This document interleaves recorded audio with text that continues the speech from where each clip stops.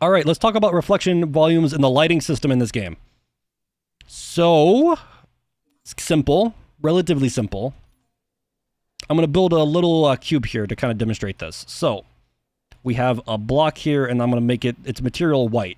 You're going to see why I'm making it white in a moment when we actually make the example. So we have a white cube here, and I'm going to turn its grime and its scratches all the way off. So it looks like a relatively clean cube. Relatively clean cube. And let's make another cube here. And what I'm also going to do is to help visualize the reflection probes, I'll make another cube here, and actually I'll duplicate the first one and just change its color. We're going to duplicate this cube and make another cube, put it up a little higher, probably put it over top of it just a little bit. And on both of these, we're actually going to change their roughness to 0, meaning that they're going to be reflective like a mirror. So roughness 1 means they're not reflective at all, or they're not reflective, and 0 means they are. So as you can kind of see, it. You can see it looks almost wet. And if I change this to 1 on one of whichever the correct face is, I think it's this one. You can see now it looks more matte. So we're going to put all the roughness to 0, 0, 0. So I'm changing the roughness because it's going to help visualize the reflection probes. So inside of I think it's inside of lighting, generic light objects, there's a light probe marker, and there is a reflection volume. Now it says you can have up to a maximum of 15 reflection volumes, and you can only have 1 light probe marker. Now, we're going to talk about light probes because these will help your light. If you make a whole room out of objects, this will actually help the lighting look better. Now the problem is, you can only have 1 of these light probes, and for some reason we're you can only make them 1250 in width. You can only make them so big. 1250 by 1250 by 1000 apparently. Or no, 1250. I didn't put an extra 0. You can visualize this by turning on this show. We'll actually show you that box. So you can see this is the maximum area a light probe volume can be. It's unfortunate, but this is without being able to have multiple of these, this is the largest a map can be to have proper baked lighting that doesn't look like dog shit. Even this would actually look like dog shit because you're limited on light probes. So actually, in practice, you want this to be significantly smaller. So what I'm going to do is I'm actually going to reduce this to probably 100 by 100 by 100, just for testing. Actually, even smaller. Actually, you want this light probe to be as small as possible because the probe spacing here determines the quality of the baked lighting. And you can see here there's the predicted probe count. So you want the probe spacing is basically how far the light probes are apart. I think we can actually visualize these in the map options. I feel like there's a way to visualize these. I feel like there's a way to visualize them. I might be mistaken. It's somewhere. I think. It might be on this node. I thought there was a way to visualize the actual probes themselves. There probably is in one of the map modes or whatever up here. I forget where it's at. I'm pretty sure they covered it in the like Twitch here said. I'm pretty sure they covered it in the official Forge video. I just forget where it's at. Regardless, you want the light probe marker to be as small as possible and cover your entire map if possible. If you can't get the light probe marker to cover your entire map, I don't know if baking the lighting is worth it, because I've had issues on some of the really big maps that I made to experiment with baking lights. But for this case, I'm going to make it really small.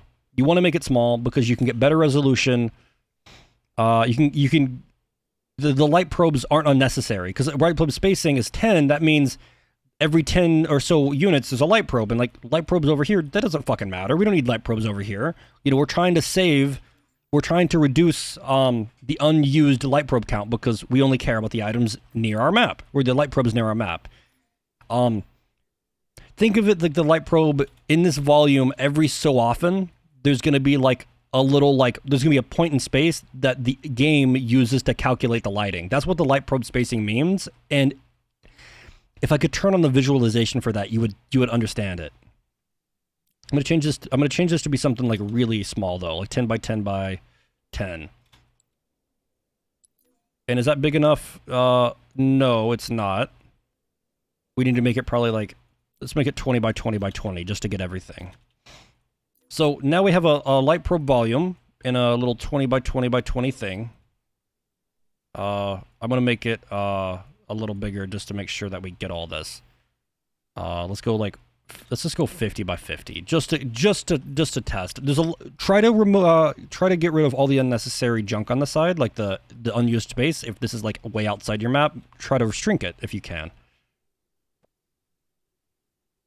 So what we do now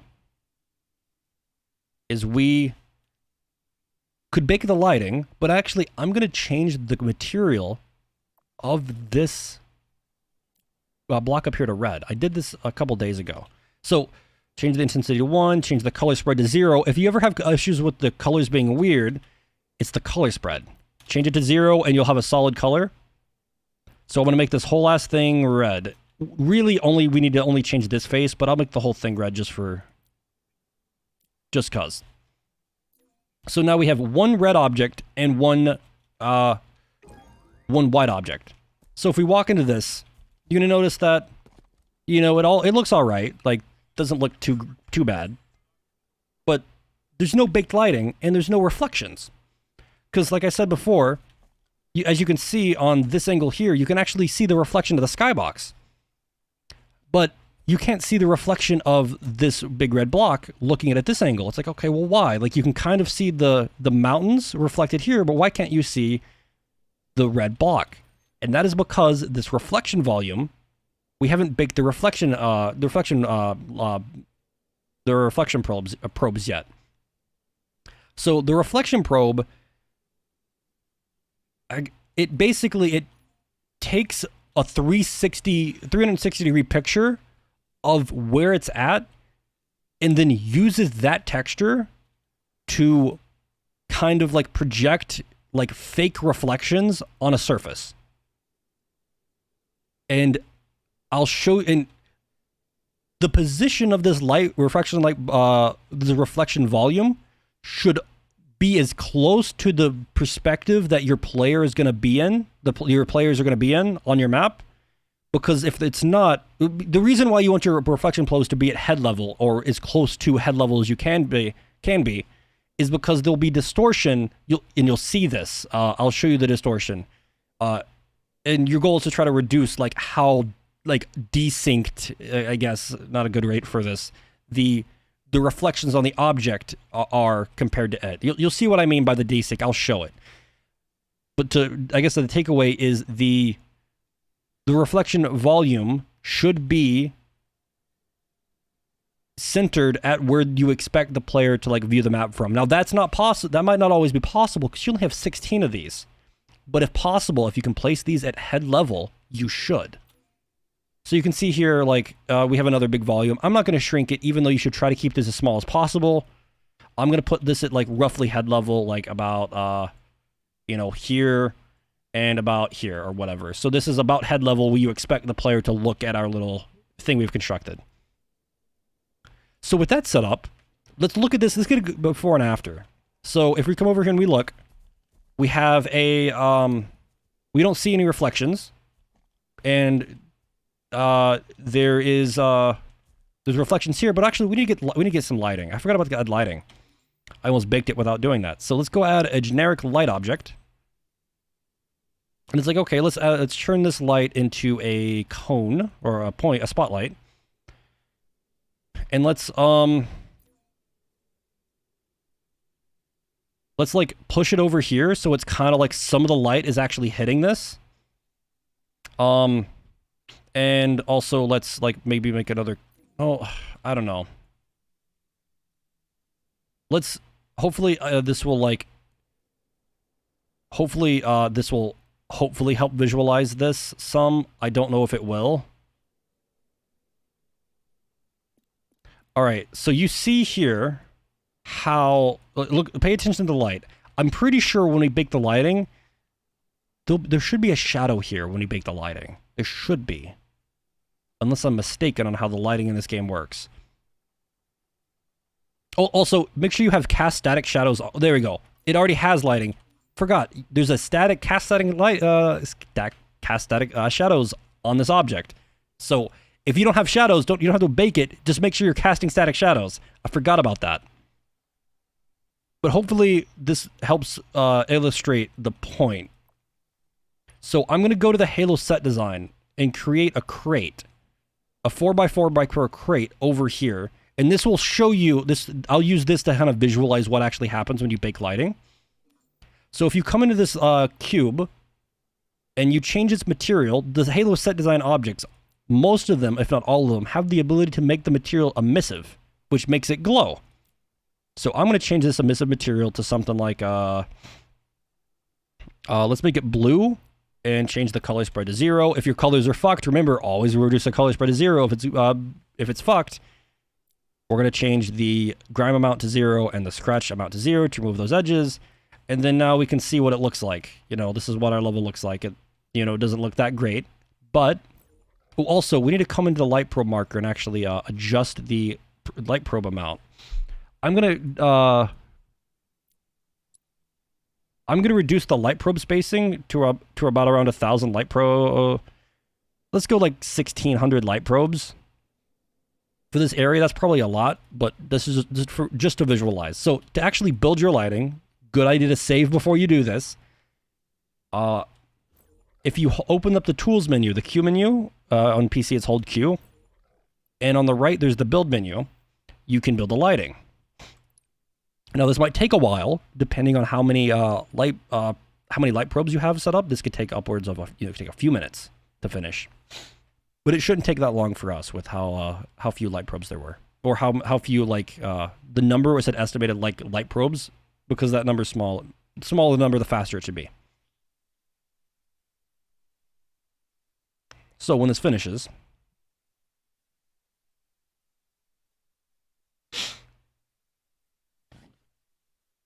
any moment now, it shouldn't. I didn't think it was going to take this long. Come on.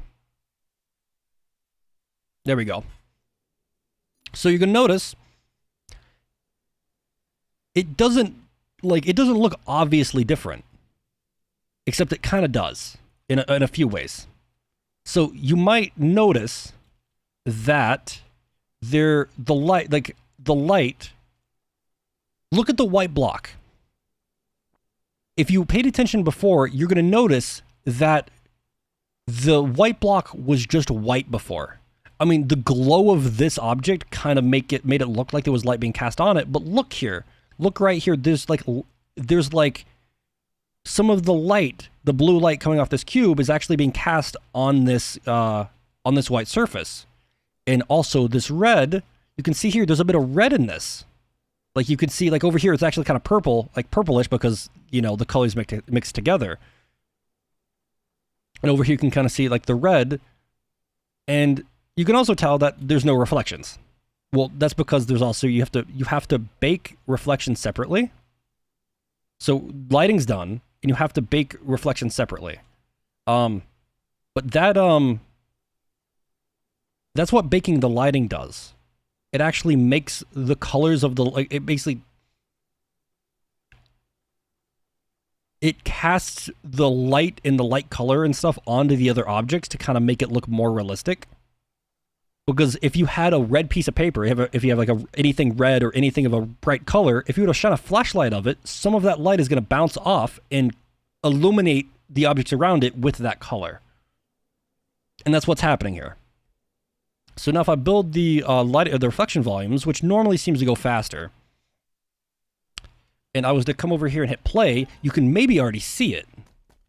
If you come over here and look, if you look at the surface that's reflective, you can actually start seeing, you can actually see, unlike before, you can only see the mountains. Now you can actually see this red cube in the reflection of the white surface. Now, remember what I was talking about before about the distortion? The reflection probe is about right here. So it's about head level. So standing about like right here, everything kind of lines up. Like it lines about up. So like the corner of that more or less lines up with this, and that corner, you know, it all kind of lines up. But you're going to notice when I walk to the side, the reflections in the corner here, it doesn't line up, and that's because the reflections are taken from the perspective of that light probe. So if it's really far away, the reflections aren't going to look realistic. So like here, like why the hell is there a this corner's reflection way over here when it's actually, you know, basically the closer you get to the probe, the more accurate the reflections, which is why I said that these light probes need to be from the perspective that the player is most likely going to view these things. Now, obviously, this is like an extreme example because I made the reflection, the roughness, really, really low. With the roughness of higher values, this is masked more. And now that you see this, you actually might notice this in a lot of games, because a lot of games actually use this technology, the way of the light probes and the baking it to the reflection probes and taking that 3D, that full 360 image and mapping it to surfaces like this. If you've ever seen reflections that don't perfectly line up in video games, it's probably because of this. And also, you can kind of see the reflections here. Like this cube here, this is the reflection of that cube, apparently. And you can see, like, why the hell is there, like, what? There's nothing behind me. It's actually that cube being reflected because of the perspective of it. It can make lighting look really weird, but it can also make lighting look really, really, really nice. But it's cheap. You know, obviously, like a perfect real-time ray traced reflections, you know, are expensive. But this is like relatively cheap compared to it, and it's mostly good enough to look decent. And to kind of show you, like, to kind of prove to you that, hey, is this actually baked lighting of the color that you see on the white surface? If you take these objects and you actually move them away, and you take this object and you move it away as well, you're going to notice that there's still some like blue like color everywhere outside of where that cube was. You can see right here, it's perfectly white, but it's in the shadow, but there's no light here. But if you go to where the edge of the cube was, you can start seeing that there's actually blue here. Same thing over here. Inside of where the cube was, it's white, and then outside it started turning gray. So if you move objects after baking the lighting, you're going to see things like this. And they'll go away once you bake them again. I'm not going to bake them again, but once you bake the lighting again, this will fix. So now this is for the people that want to remove their light probes because putting a light probe in their map and baking it fucked their lighting and it looks ugly. How the hell do you fix that? What you do is, what I did is I left the light probe marker in the map and I hid everything. So come over here to your folders and hide everything. So you can see, actually, when I hide stuff, you can actually see there's actually some baked lighting on the floor. And if you were to bake the lighting now, because I had a problem the other day where the lighting was just ugly and fucked. And this is how you fix it. This is how you completely remove the baked lighting. So with everything hidden, when you bake lighting now, it will actually just bake the lighting. And it will ignore the invisible objects, basically removing the baked lighting from the scene. This is the only way that I've found to actually bake lighting, or to remove baked lighting. There might be an option somewhere else, I hope, because this is kind of scuffed. But if you have issues with your lighting and want to go back and like, hey, baked lighting fucked my map, this is how you revert it. Whenever this decides to finish, I guess I should have reduced the amount of light. So since I actually don't care about how good quality this is, since I'm trying to delete it, let's just come over here and change the spacing to like something stupid high. And make it like, you know, small. And then now we bake the lighting with everything hidden. Or I guess you could just make the reflection probe really small and move it out of the way. That might work, but I've only done it while with hiding stuff and then bake. And then now it would the baked lighting would go away. This should go faster, I hope. Or not. But regardless, when this process is over, the baked lighting would be removed, and you would no longer have, like, your lighting be fucked if it was a problem. But I think that's everything related to lights and light probes. Also, you can kind of preview what it looks like. You can see what I mean by the perspective of the thing. So obviously I moved these out of the way. But you can see, since last time we baked the lighting, what the light probe actually seen. Like, this is like the image of the light probe. And this is what is being projected onto the surfaces.